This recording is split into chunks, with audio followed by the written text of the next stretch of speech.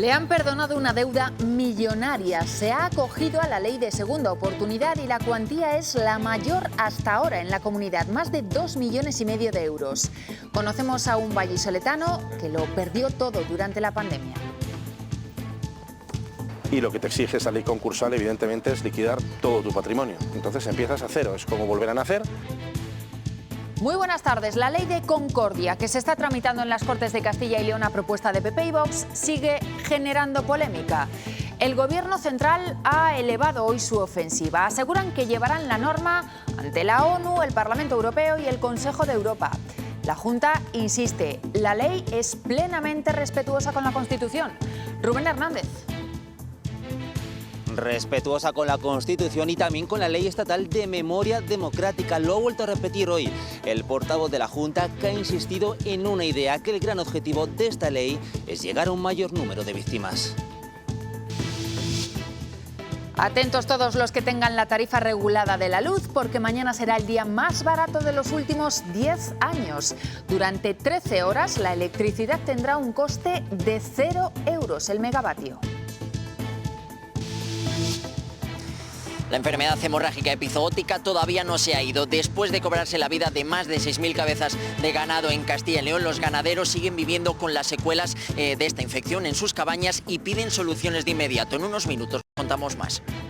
Una vacuna para vacunar, porque vacunamos ya de la lengua azul, que las vacas son portadoras de esa enfermedad, pero no tienen la enfermedad esa, pues vacunar de la lengua del HE. Se ha intentado ocultar durante muchos meses, cuando se sabía que estaba, se podían haber puesto medios. Hoy ha estado en Valladolid el líder de los populares y desde aquí Núñez Feijóo ha apostado por cambiar los asuntos de la agenda política y centrarlos más en los problemas de la gente. No se está hablando de los problemas de los españoles, sino de las cuitas entre políticos para seguir ejerciendo el poder. La amnistía para que me votes. El referéndum para que me mantengas. El ministro del Interior ha inaugurado en Soria la nueva comisaría de la Policía Nacional. A su llegada le han recibido con pitidos y protestas agentes y funcionarios de prisiones. Piden la equiparación salarial con las policías autonómicas y que sean declarados como profesión de riesgo. En Palencia, un hombre ha sido condenado a una multa de 3.000 euros por pegar hasta 43 carteles antimusulmanes bajo las siglas de una inmobiliaria. En unos minutos se lo contamos. En lo que va de año se han interpuesto casi 120 denuncias por conducir un vehículo sin llevar bien colocados a los animales que viajan en su interior. Más adelante les damos más detalles. Ya se está notando, las temperaturas van en aumento y vamos camino de máximos para lo que es un mes de abril. Atención, porque a finales de semana se espera que rocemos los 30 grados. Ahora lo vemos. La Catedral de Burgos y la de Cuenca son primas hermanas. Los expertos creen que un grabado encontrado en el cimborrio del Aseo de Cuenca es el plano de la girola de la de Burgos. Ahora sabemos que además de ser de la misma época, también compartieron obispo y arquitecto. La Junta de Castilla y León seguirá adelante con la tramitación de la Ley de Concordia, que avanza en las Cortes a propuesta de PP y Vox. Es la posición del Gobierno autonómico después de saber que el Ejecutivo Central no solo la va a recurrir ante el Constitucional, también será un asunto que se plantee en órganos europeos y en la ONU. Volvemos contigo, Rubén. Y ante ese nuevo paso del Gobierno, María, la Junta lo que dice es que no va a aceptar ningún tipo de elección que llegue desde Moncloa. Hoy, el portavoz del Ejecutivo Autonómico ha vuelto a defender con firmeza esta ley de concordia impulsada por PP y Vox. Y una vez más, ha insistido en su argumento, en uno muy concreto, que el gran objetivo de esta nueva norma no es otro que llegar a un mayor número de víctimas y mejorar también el apoyo y la ayuda que reciben. Sobre si esta ley autonómica va a ser respetuosa o no con la estatal, esta ha sido la respuesta. La ley que salga finalmente de las Cortes de Castilla y León va a ser una ley plenamente respetuosa con las leyes nacionales que son objeto de referencia y muy particularmente con la ley de leyes, que es la Constitución española. Lo que no podemos es recibir lecciones por parte de aquellos que han hecho que los deseos y peticiones de Bildu se conviertan en ley en España. La Junta ha defendido hoy con fuerza esta ley de concordia, pero también lo ha hecho desde las Cortes el Partido Popular, mientras el PSOE continúa su ofensiva en contra y su próximo paso lo veremos en el pleno de la próxima semana, donde va a llevar una iniciativa para condenar expresamente el golpe de Estado del 36 y la posterior represión. Dicen los socialistas que van a hacer todo lo posible para denunciar lo que a su juicio supone esta ley. Os está del lado de las víctimas, os está del lado de los verdugos. Os está del lado de la democracia, os está del lado de la dictadura. Lecciones de democracia ninguna, porque respetamos la Constitución siempre. Esto no es ni más ni menos que una adaptación normativa. Y en medio de esta polémica, el presidente del Gobierno ha visitado hoy por sorpresa el Valle de Cuelgamuros, el antiguo Valle de los Caídos. Allí Pedro Sánchez ha hablado con el equipo encargado de exhumar los restos de las víctimas del franquismo enterradas en ese lugar. Y más asuntos. La Junta sigue esperando la respuesta del Ejecutivo Central para que Fernández Mañueco se reúna con 12 ministros y así tratar asuntos que afectan directamente a Castilla y León. Dice el portavoz que el Gobierno tiene que demostrar con hechos que es dialogante. El Gobierno de España es el Gobierno que más veces dice que es dialogante, pero es el Gobierno que luego menos veces dialoga. En España hay 17 comunidades autónomas. Y nos da la impresión de que no dedica el mismo tiempo a los problemas de los ciudadanos de todas ellas. Y sobre el Día de Castilla y León, el 23 de abril, la Unión del Pueblo Leonés, la UPL, ve una provocación la idea de descentralizar la fiesta y que se celebre en León, entre otros municipios de la comunidad. Luis Mariano Santos le pide al presidente de la Junta directamente que renuncie a esa propuesta. Que siga celebrando su fiesta, la fiesta de Villalar, y que lo siga haciendo en Villalar, esta festividad que para los leoneses no significa absolutamente nada. Vox deja a Francisco Igea sin dedicación exclusiva en las Cortes con el voto de calidad del presidente Pollán y la abstención del PP. Todo a raíz de la solicitud de Vox para cumplir el pacto antitransfugismo después de ser expulsado de Ciudadanos. Eso sí, el procurador mantiene la portavocía en el grupo mixto. Igea denuncia que los de Abascal se comportan como el recadero del PP y anuncia medidas legales. Para engañarme a mí van a tener que hacer algo más, en la medida de lo posible. Si hay alguna posibilidad, intentaré llevarlo al juzgado. Hemos actuado en consecuencia. Ni como contraprestación de sacar adelante el desarrollo de ninguna proposición de ley. Como en la vida, varios chascos seguidos generan frustración en nuestros políticos. Les ha ocurrido este martes a los procuradores socialistas José Luis Vázquez y Eugenio Hernández en la Comisión de Medio Ambiente y Vivienda de las Cortes de Castilla y León. Un micrófono abierto dejó ver su enojo porque la mayoría de PP y Vox veta sus iniciativas. Escuchen. Hemos perdido, macho, otra vez. Toda la puta vida vamos a perder aquí. Todas las putas veces perdemos. Una mierda.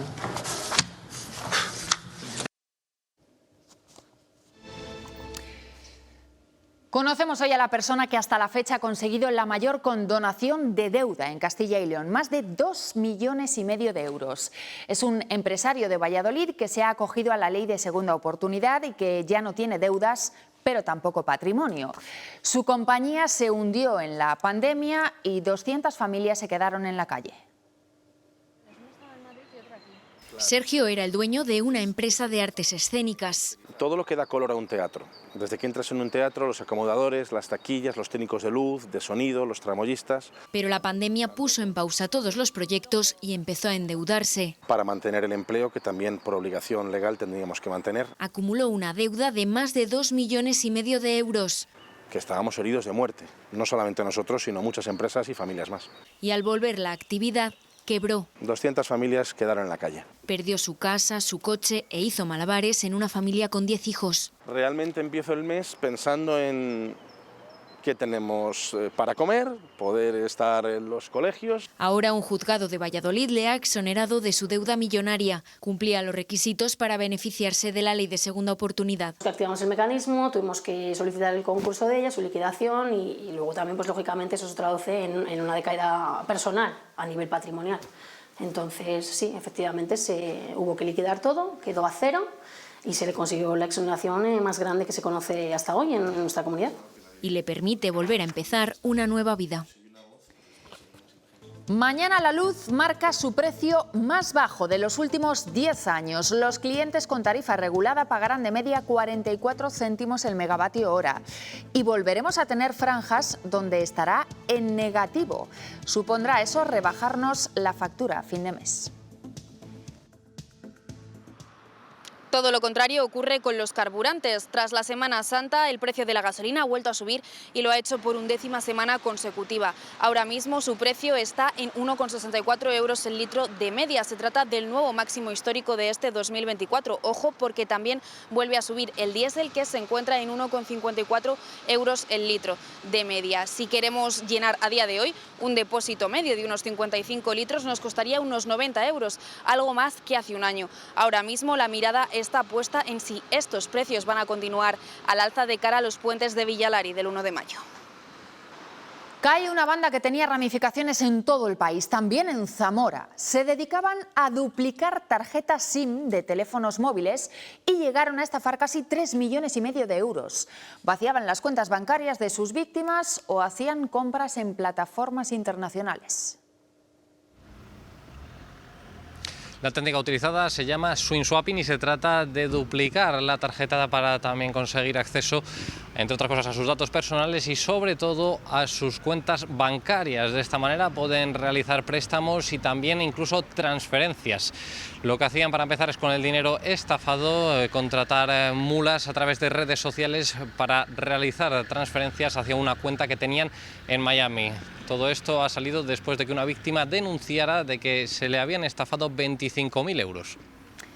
Y condenado un hombre en Palencia por pegar decenas de carteles por la ciudad que tenían mensajes antimusulmanes. Utilizaba y manipulaba el logo y las siglas de una inmobiliaria. Le acusan de atentar contra el honor de la propietaria de esa inmobiliaria. Desde 2016 este hombre llevaba a cabo diferentes conductas contra la propietaria de una inmobiliaria. Además de pegar esos 43 carteles antimusulmanes por diferentes puntos de la ciudad, bajo las siglas CAP, Centro Antimusulmán Palentino, tachaba a los que realmente sí pertenecían a esa inmobiliaria. Finalmente tendrá que pagar una multa de 3.000 euros por un delito continuado de coacción y tendrá que indemnizar a la víctima con 1.000 euros. Además, ya había sido condenado con anterioridad por otros delitos contra esta mujer, como poner su teléfono móvil en un anuncio pornográfico. Y ya ven el despliegue de la Guardia Civil para desmantelar varios puntos de venta de droga en Burgos, en la localidad de Frías. También actuaron en Bilbao.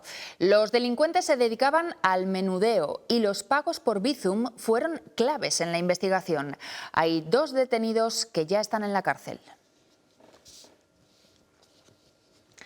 Violación grupal a una menor en Écija, en Sevilla. Los hechos ocurrieron en un vehículo, supuestamente después de que 3 hombres se ofreciesen a llevar a la víctima a su casa. La familia de la menor dice que fue drogada por los detenidos.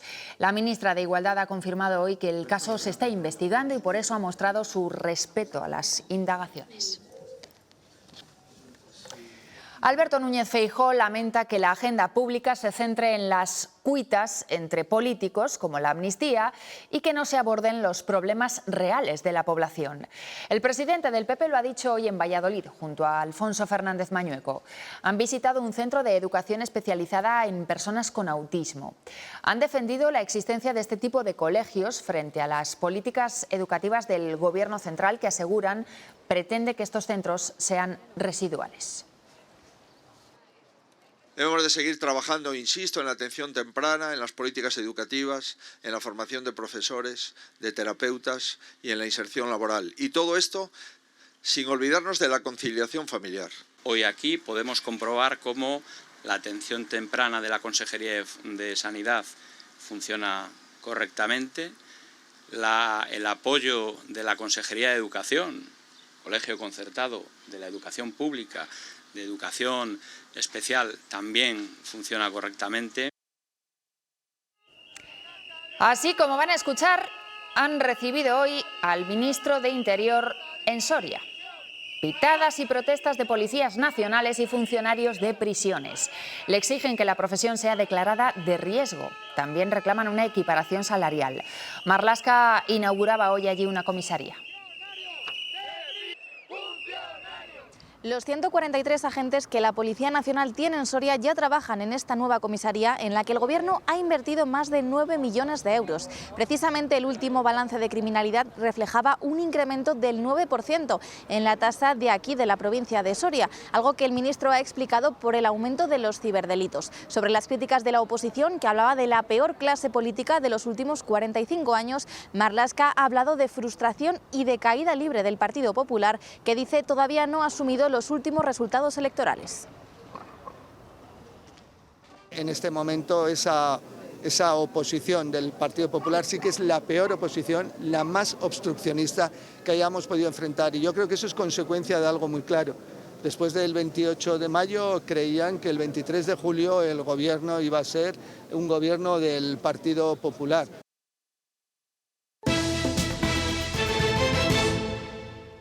Sanidad elimina de su plan antitabaco la prohibición de fumar en espacios privados, como por ejemplo los coches.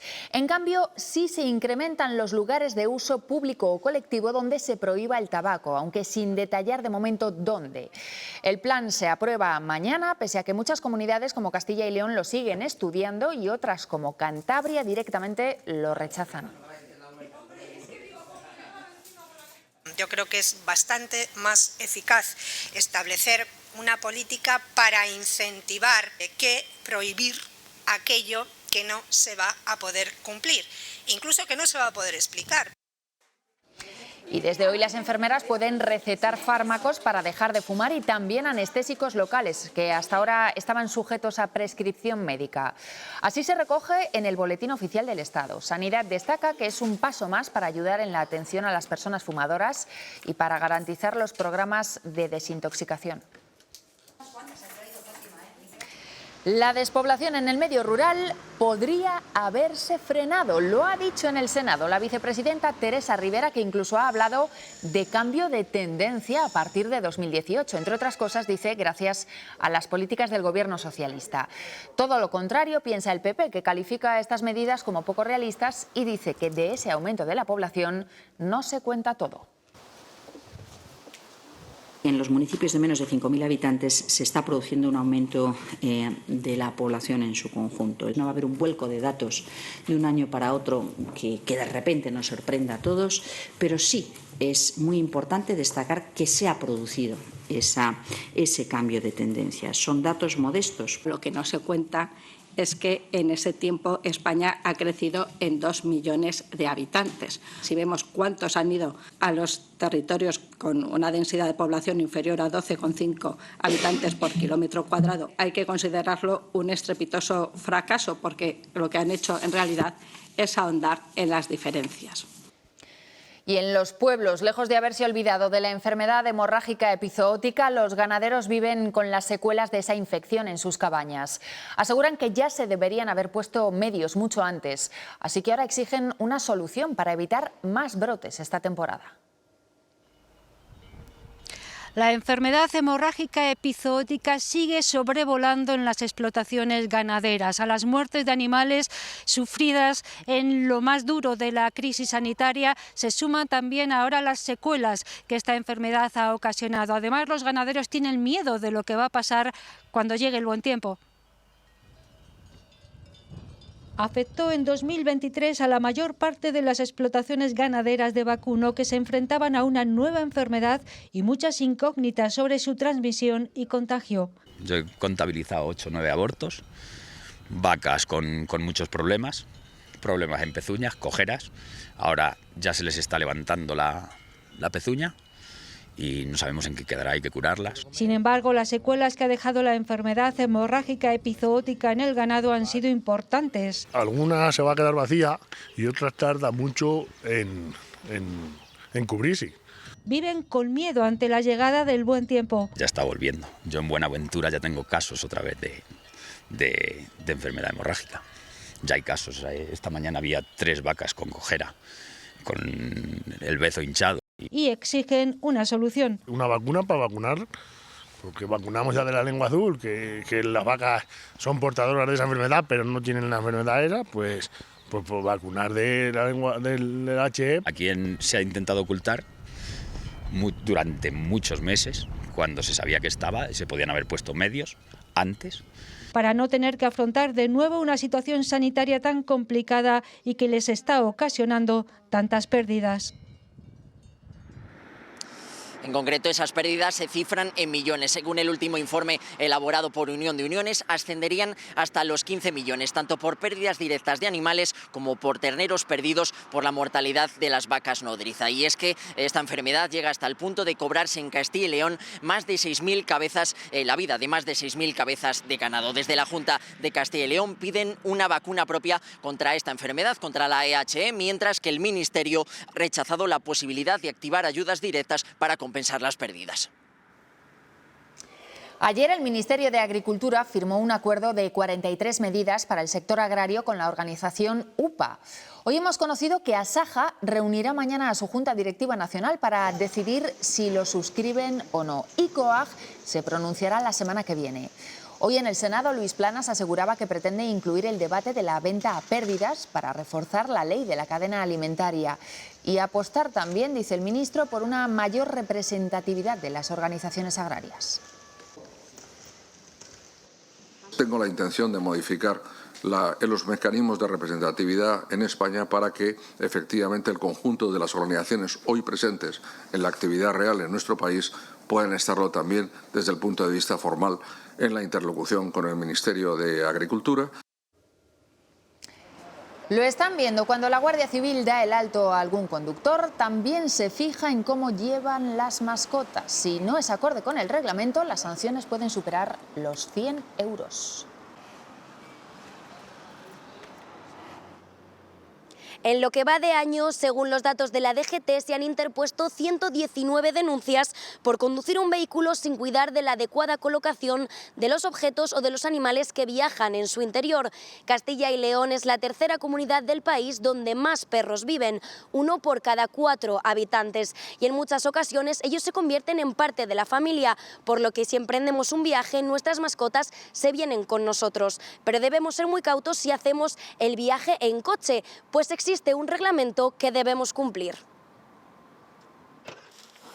Viajamos en coche y nuestras mascotas se vienen con nosotros. Le pongo un arnés especial que tiene un enganche para trabarle al cinturón de seguridad. Así es como podemos llevar a los perros de pequeñas dimensiones. Pero ¿qué ocurre con los grandes? Se puede llevar suelto, pero siempre con un separador de carga para que no pueda incidir o pasar a las plazas traseras del vehículo. Son normativas que velan por una conducción segura. El conductor tiene que tener una libertad de movimientos, tiene que tener una atención permanente y no puede tener ningún tipo de interferencia. Para eso, los animales de compañía tienen que ir sujetos. Su incumplimiento supone sanciones. Si el perro va mal acondicionado o el conductor desatiende a la conducción, son infracciones leves de 80 euros. Y luego si esa conducción por atender al perro deriva en una conducción negligente porque invade un carril o se sale parcialmente de la carretera, sería una infracción de 200 euros ya tipificada como una infracción grave. Por eso, si queremos evitar multas y garantizar el bienestar tanto de las mascotas como de los ocupantes del vehículo, debemos cumplir con el reglamento. En el Depósito Municipal de Vehículos de Burgos no dan abasto. Tienen el doble de los que pueden acoger, 400. Son coches que se retiraron de la calle en su día porque no tenían seguro o ITV y que nunca fueron recogidos por sus dueños. El 80% de los automóviles que llegan al depósito municipal acaban en la chatarra. Algunos podemos ver que están destrozados después de sufrir un accidente, pero también hay otros muchos, incluso de alta gama, que han sido retirados de la vía pública, por ejemplo, por carecer de seguro. Actualmente hay aquí más de 400 vehículos, son el doble de su capacidad teórica. Desde el pasado mes de enero, el Ayuntamiento de Burgos no convoca ninguna subasta pública.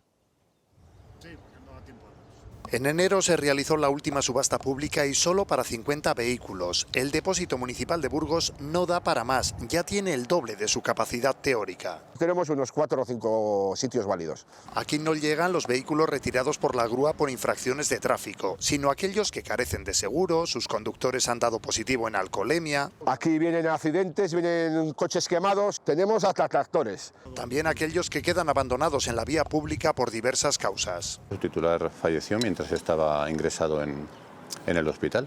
Al final acabó aquí en el depósito. Una vez aquí, sus dueños disponen de un plazo de 6 meses para retirarlos. Y si no lo ha retirado el dueño, pues a chatarra. Algunos son siniestro total por accidente, pero otros muchos son nuevos. Aquí tenemos el vehículo de alta gama, mejor de todo el depósito, el que más dinero valía. En su momento este coche nuevo valía unos 150.000 euros. Este está aquí por no carecer de autorización para circular por España. Y como veis, pues un cochazo. Sobre los que pesa un embargo judicial, permanecen más tiempo. Este es el coche que más años lleva aquí, en el depósito. Lleva desde 2007. El año pasado llegaron a este depósito 1.031 vehículos. El 80% acabaron en el desguace.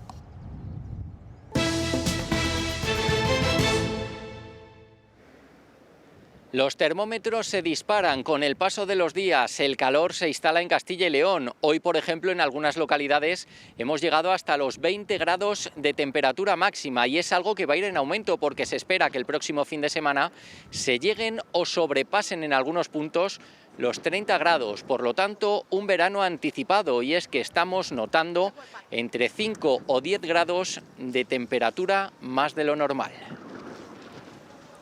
La Catedral de Cuenca y la de Burgos tienen mucho más en común de lo que se pensaba. En el Templo Manchego, unos grabados que han estado ocultos durante 800 años han desvelado ese parentesco.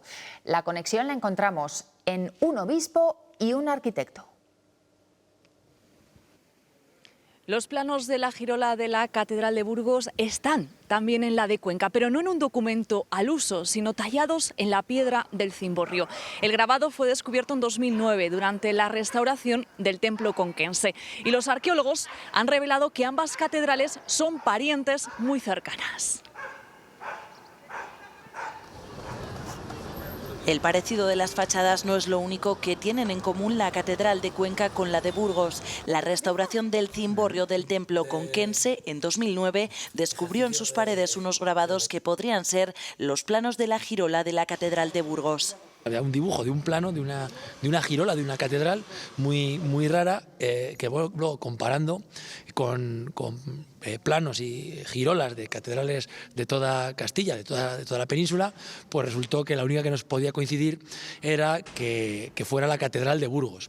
Tras 800 años oculto, este peculiar grafiti apareció al desmontar las maderas que aseguraban la torre del monumento conquense. Se desconoce el arquitecto de esa fase de la construcción a comienzos del siglo XIII, pero la conexión con Burgos se encuentra en el obispo que encargó el trabajo. Si Mateo Reinal, que es el obispo que está en Cuenca cuando se hace esta segunda fase, es el que luego va a Burgos, pues seguramente el arquitecto que está aquí es el arquitecto de la Catedral de Burgos, es el maestro Enrique. Además de demostrar cómo se diseñaban y construían estos templos, los planos tallados en la piedra han permitido identificar a uno de los artífices de la de Cuenca, cuya construcción empezó 25 años antes que la de Burgos, y hermanar para siempre a ambas catedrales. Ya después de 50 años de mineralización muy débil para vivir muy fuerte, sabemos que somos muy de ponerle al mal tiempo buenísima cara. Muy de que el aguapatos no tenga edad. Muy de clavar la sombrilla como si no hubiese un mañana. Y de cantar hasta debajo del agua. Somos muy de coger esta botella que está llena de muchas vidas y bebérnosla de un trago una y otra vez. Y vuelta a empezar. Y si tú también eres muy de esto, es que eres muy de Bezoya. Bezoya, 50 años de mineralización muy débil para vivir muy fuerte.